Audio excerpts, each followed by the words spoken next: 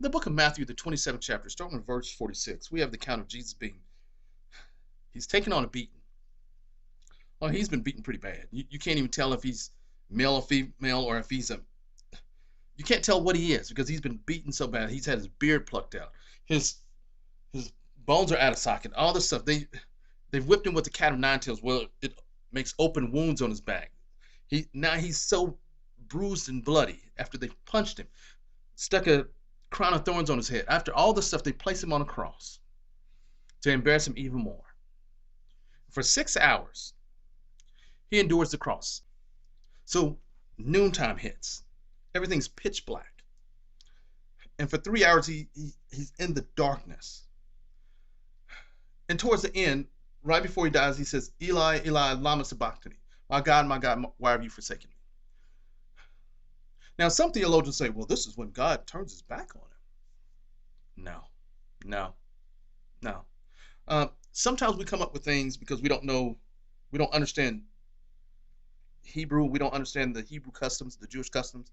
We'll come up with things that sound good, but they're not. They're actually saying that he's not God. The reason why God could never turn his back on his son, because the Father and the Son are one.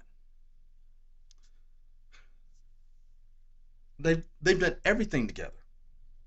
The Father could never turn his back on his Son. And secondly, when it's pitch black, Jesus is paying the total debt for the world's sin. Yeah, not just for those people back then, but for people right now and for the people in the future. He pays the total debt in full on his body. So when Jesus says, Eli, Eli, lama sabachthani, you gotta remember this is in the dark. It's pitch black. So they couldn't see him. But when he says this in Hebrew, when you speak or say the first verse of a chapter, because they didn't have chapter and verses like we have, they're telling you to go back and read this section. And when he's telling them to go back and read this section, he's saying, this is about me. The reason why it's important that it's pitch black and that they can only hear him and not see him, because this particular psalm was sung during a fast. They have a fast during Purim because it represents Esther willing to sacrifice her life for the salvation of her nation. Goodness. And they sing this every year. And what Jesus is saying is, hold up, y'all. Y'all might not be able to see what's going on. But if you read it, I'm telling you, this is about me. I'm here to sacrifice my own life. Not just for people that say they're Jews because of their lineage, but because those that believe in me. Jesus is saying that this psalm is about me.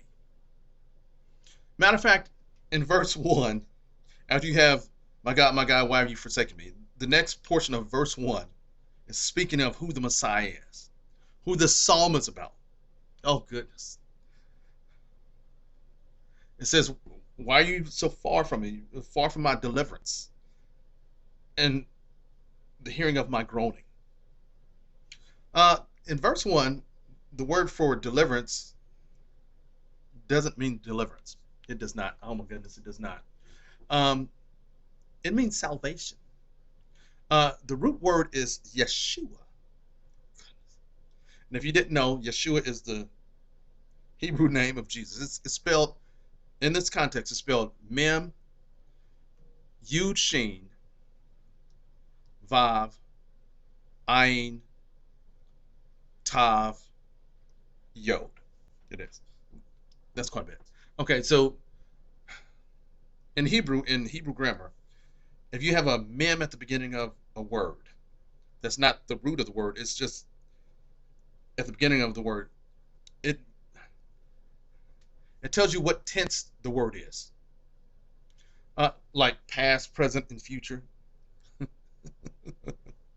And this right here is telling you it's present tense. So when Jesus tells you to go back to look at this, he's telling you right now in your presence, is the manifestation of this psalm. So that's what the mem means at the beginning of this word. And you know, Yeshua means Jehovah's salvation. That's what the name Yeshua means. That there's no other name under heaven that you can be saved. It's Yeshua, it's Jehovah's salvation. It's God's salvation. Now, at the end of the word is a tav and a yod. The yod at the end of the word is talking about ownership, who this particular word is talking about. It's talking about Yeshua. That's who it's talking about. But before that, there's a tav. In Hebrew, the letter tav represents a covenant. Goodness. But its symbol is the cross. Goodness. So what Jesus is telling you, those that are listening, the song that you've been singing during the fast of Purim, you were thinking it was about Esther, but it was about me. It's telling you that in your presence is Yeshua on the cross. That's what it's telling you. That's part of verse 1 of Psalms 22. This song that they've been singing for years, for generations, is actually about the Messiah. In Psalms 22, it talks about all the things that the Messiah was going to go through. It talks about his bones being out of joint. It talks about them casting lots for his clothes. It talks about a whole lot of different things. It talks about his beard, all this stuff. It also talks about his hands and his feet. And for those of you all who are saying that that portion is like a lion, my hands and feet. In Psalms 22, there's this thing that it does, where there's a complaint about something. And then later on, there's a request there's like a response to it. So if you have something talking about my hands and my feet and somebody being pierced, you have a portion a little bit later talking about a sword. Now in verse 20, you have something interesting. It says, it's a complaint that he wants to be delivered from the power of the sword. And basically to spare his life. In our English, it says his precious life or something like that. That's not what that means. It actually means only begotten, the only son. That's what it means. And if you think I'm making this up, go back to Genesis, where God tells Abraham to sacrifice his son, his only son. That's where this is coming from. So whenever God is trying to tell you who this psalm is about, he's stacking it up to where you can't miss it. So the precious life means only begotten. And then in verse 21, it talks about save me from the mouth of the lions. Talk about those that are in charge are there to kill him. Saying deliver me.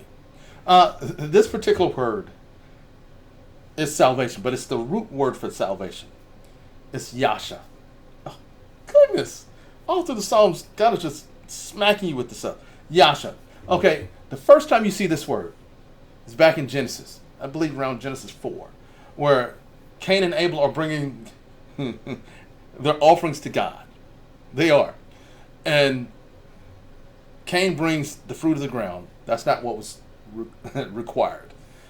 But Abel brings a more excellent sacrifice. He brings a blood offering. He does. That's why it was more excellent. And the name of this sacrifice is Yasha. Goodness. Meaning salvation, that this offering will lift you up out of the pit that you're in. So the offering that satisfied God was Yasha, the salvation. It's the root word for Jesus' name, Yeshua. It's salvation.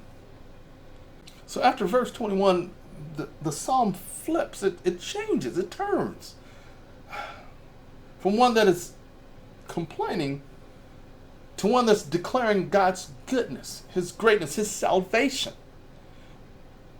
That the people of the world are going to come and worship God the Father.